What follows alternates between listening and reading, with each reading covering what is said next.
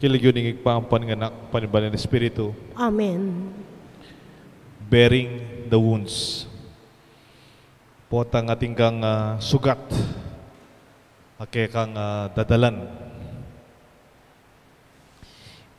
Ita mo pong Pilipino, tayong mga Pinoy, we are known to be very welcoming.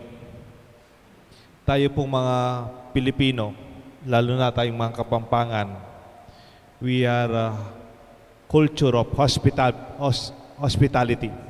We are a very hospitable people. Kung nagbabiyahe kayo, hindi man kailangan mag-waste. Makikita mo, nasa Pangasinan ka na. Welcome, Pangasinan. Di ba? Hindi man kailangan makita na, Chutan Angeles. Makikita mo, welcome, Angeles City. Makikita natin yan. Kahit sa St. Jude, matagal ako sa St. Jude. Welcome, St. Jude. Ngayon pala yung katabi niyang hardware kay Leo ko. Welcome yung pangalan. Hindi pa pala yung sa St. Jude, no? Welcome pa lang yung hardware. Pero sa totoo, from the city to the province, to the barangay, to the barrio, may welcome mo yan. Pagkatapos nasa sa pintuan, makikita mo, pag nakita mo, bago ka papasok sa pinto, merong pong parang yung doormat. Doormat. Nakalagay pa doon sa doormat, welcome. Yan, nasa doormat na lang, welcome pa. Ang dami po, no? We are a very welcoming community and family and culture. Alam niyo po anong masakit sa Pilipino? When you are not welcome. When you are very welcoming, when you are very hospitable, when you always receive people warmly with a smile, papakainin sila kahit wala tayong ulam. Mga po, kahit wala tayong nakahanda, we serve the best. Kahit yung mga nakadisplay ng mga gamit hindi natin lalabas natin for our guests. But what is most painful is when you experience unwelcome. Pag tayo mismo, hindi tayo tinanggap. Or much more painful when we are rejected, when we are unwanted, or we feel that we are driven away. This is our gospel. The Lord sent His disciples to preach the good news, to bring nothing, to bring no extra tunic, no money, no extra bag or sandals, just what you wear, go and proclaim the good news. Wherever you are welcome, stay in the same house. And yet, when they do not welcome you, and this happened many times, pag hindi ka tinanggap, parang sinabi ni Jesus siguro noon, move on. Sulong mo yung biye mo. Carry on. Meron pa siya sinabi, as a sign of protest, no? Shake the dust from your feet as testimony against that people. Kahit si Jesus, alam niya gaano kasakit yung hindi ka matanggap. Alam mo bakit alam ni Jesus ito? Bakit alam niyang masakit yung hindi ka matanggap? Nasa tiyan pa lang siya ng mama niya. Nasa buntis pa lang si Mama Mary. He already felt the pain of rejection. Yung napagandang pagpasko, yung medyo ginagawa nating parang magandang play or presentation. Before Christmas, mayroon tayong panunuluyan. You know, panunuluyan is not very beautiful. In fact, during that time, it is an experience of rejection from one door to another house, from one inn to another family. They were rejected. Hindi pa man sinilang si Jesus, alam niya ang gusto sabihin, ang masakit na karanasan na hindi ka tinatanggap. Kaya yung abilin ng kanyang sa mga disciples niya, shake off the dust, sign of your protest. He made a ritual, literally, shake the dust from your feet, a sign of your testimony against them. Pag masakit pong ganyan, kung minsan, hindi ka tinanggap, hindi lang dahil ikaw. Hindi ka tinanggap dahil you bring yourself. Itong masakit, you were not welcome because you represent Christ. You were rejected because you represent the good news. You represent your mission. Hindi ka lang nandyan para sa sarili mo. Ikaw ay pinadala. Ikaw ay sugo. Ikaw ay parang nautusan lamang. And yet because of that, you are still rejected. Kaya nga, as if you bear the wound or the pain for another person. Hindi ikaw lang ang hindi tinanggap. Hindi nila tinanggap si Jesus. Hindi nila tinanggap yung taong nagpadala sa iyo. And that rejection is doubly painful.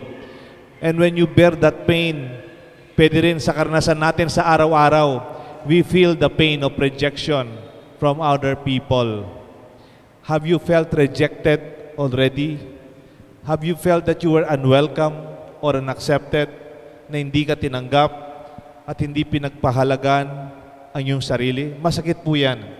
Sabi ko nga, because we are a very welcoming people. And usually that wound of unwelcome is something that we keep. Kung minsan ang sarili mong pamilya, kahit hindi sila nagsasalita, you feel you are unwelcome, you are unwanted. Or there are experiences that we ourselves in our own church, in our community, we really do not welcome one another in our heart. Pwede sigurong makapasok ka sa bahay ko, okay lang, pero deep inside me, you are unwanted. And sometimes this is the cost of so much pain for others. Kaya po, minsan, meron akong nabasa, sabi niya, alam niyo po yung sandpaper? Kung money, di ba, meron kang factory doon, no? Sandpaper. Tapos yung, ang masakit sa sandpaper, yung kahoy.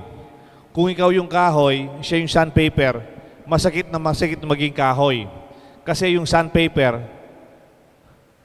magaspang. Yung sandpaper talagang talagang parang binabalatan ka. Napakasakit ng sandpaper for the wood. Masakit po ang sandpaper para sa kahoy. But in the long run, if you realize, the wood is made smooth and the sandpaper is already wasted. No? Sa katagalan yung sandpaper, nagkokos ng pain sa'yo, huwag kang mag-alala. Darating panahon, ikaw magiging makinis. Ang kanyang pagkatao, if you are out to bear the wound, and yet that cause of wound, ito yung sandpaper. Meron kasi tao sa atin, yung mga tao, meron ng tao kasi yung ugali nila mukhang sandpaper, no? Parang they cause a lot of pain to us. Don't worry. If you just bear it, in the long run, you become smoother, and that sandpaper personality will be already gone. Nananiwala po ako, ganyan din yung nabing buhay ni San Padre Pio. Padre Pio na lang, tanggalin natin San, nahihirapan ako. Si Padre Pio. Nahihirapan yung buhay ni Padre Pio because he bore the pain of Christ's wounds. Alam niyo po yung stigmata? Yung stigmata, ito po ay sugat sa mga taong unexplained by science, unexplained by doctors. Hindi maintindihan, sabi, tinignan ko po sa people who have stigmata exhibit the wounds that duplicate or represent the wounds of Jesus endured during His crucifixion. Yung sugat ni Jesus sa kamay, kung minsan pati sa paa, nagiging totoo sa kanila that in their prayer life, in their spirituality, parang nagiging totoo literally ang sugat, hindi lang sa kalooban. Nasaktan ang kalooban ko, nasaktan ako sa sinabi mo. Talagang literally, their wounds are like the wounds of Christ. Curiously, sabi nitong nabasa ko, there are no known cases of stigmata for the first 1,200 years until Jesus died. Pero then, mayroong mga taong napakabanal. They assume the wounds of Christ within their body through stigmata. Yung isa po dito, si Saint Francis of Assisi. Yung isang babae, si Saint Therese Newman. And then si Padre Pio of Pietrelcina. Si Padre Pio, kung makita mo yung picture niya, nakatali po yung kamay niya, nakataling gasa. O kung minsan, merong nakatali dito kamay niya, tapos you see signs of blood. Literally, he bore the pain for others. Gusto mong maging banal? Huwag kang maging banal na easy-easy. O then do not expect an easy life. Merong isang religious person also. Ang pangalan niya, Blessed Solanus Casey. Ano po siya? Parang monk. Sa pagdarasal, sabi niya, when you pray, do not pray for an easy life. Pray that you will be stronger. Huwag mong pagdasal na sana yung buhay ko hindi mabigat. Pagdasal mo, maging malakas ka. No? And then sabi pa niya, do not pray that your task will be equal your power. No. But pray for power that will equal and even surpass your tasks. Nagdarasal ka, wag mo lang sana, Lord, yun na lang kaya ko, bigay mo. Hindi, panalangin mo yung magiging malakas ka rin at makakayanan mo ang mga binigay sa atin na pagsubok. Even Padre Pio himself, a very spiritual man, sabi niya, prayer is the oxygen of the soul. Uso po ngayon, di ba, sa mga may asthma, they need oxygen. Yung mga kumisan, may COVID cases, they are into ventilators. That is physical pa lang. Pag di ka makahinga, no, ang maning hirap-hirap. Pero, pag hindi ka nagdarasal, naintindihan mo ngayon, parang walang buhay at mahina ang ating kalooban, ang ating kaluluwa, and our sense of spirituality. Part of our pain must be our faith. Pag ikaw ay nagmamahal, kasama po ang nasasaktan. It is part of our experience that we are being like the wood made smooth by the sandpapers of our own challenges and everyday life. Minsan po, alam niyo po yung oyster. Tignan niyo po yung mga oyster. They are protected by a very, very strong and durable shell. Nakita na po kayo ng shell ng oyster? Napakatibay po ng shell. Hindi mo pwedeng mabasag kagad-kagad. Because it was meant to protect, super protect the super sensitive body of the tissues of the oyster. Kaya po matigas na matigas, matibay yung shell ng oyster. Kasi po, kabaligtaran naman, kasi sa loob, very sensitive yung body of the oyster. No bones, no skin, everything is really super sensitive naman. Kaya nga po, pag nakabukas yung oyster, sometimes magkakaroon ng grains of sand or impurities sa dagat, pumapasok into this sensitive and weak body tissues of the oyster. And the oyster itself goes through tremendous excruciating pain na masakit para sa kanya ang magkaroon po ng halimbawa impurities from the dagat. Kunyari po, sand. No? Di ba po yung mga sand, kahit mapino yan, pag pumasok dun sa masakit na masakit. Parang yung mata natin, tapos nalagyan ng dumi, masakit na masakit. Ganun po yung sakit for the painful experience of the oyster. Kung minsan siguro pwedeng may palabas niya, sometimes it can be excreted, no? Pwede niyang ipalabas, pero there are impurities na talagang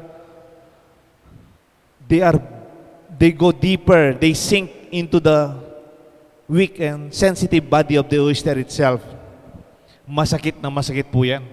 Imagine, halimbawa, yung sensitive part ng mata natin, nalagyan ng hindi matagal-tagal pumasok, ang sakit-sakit.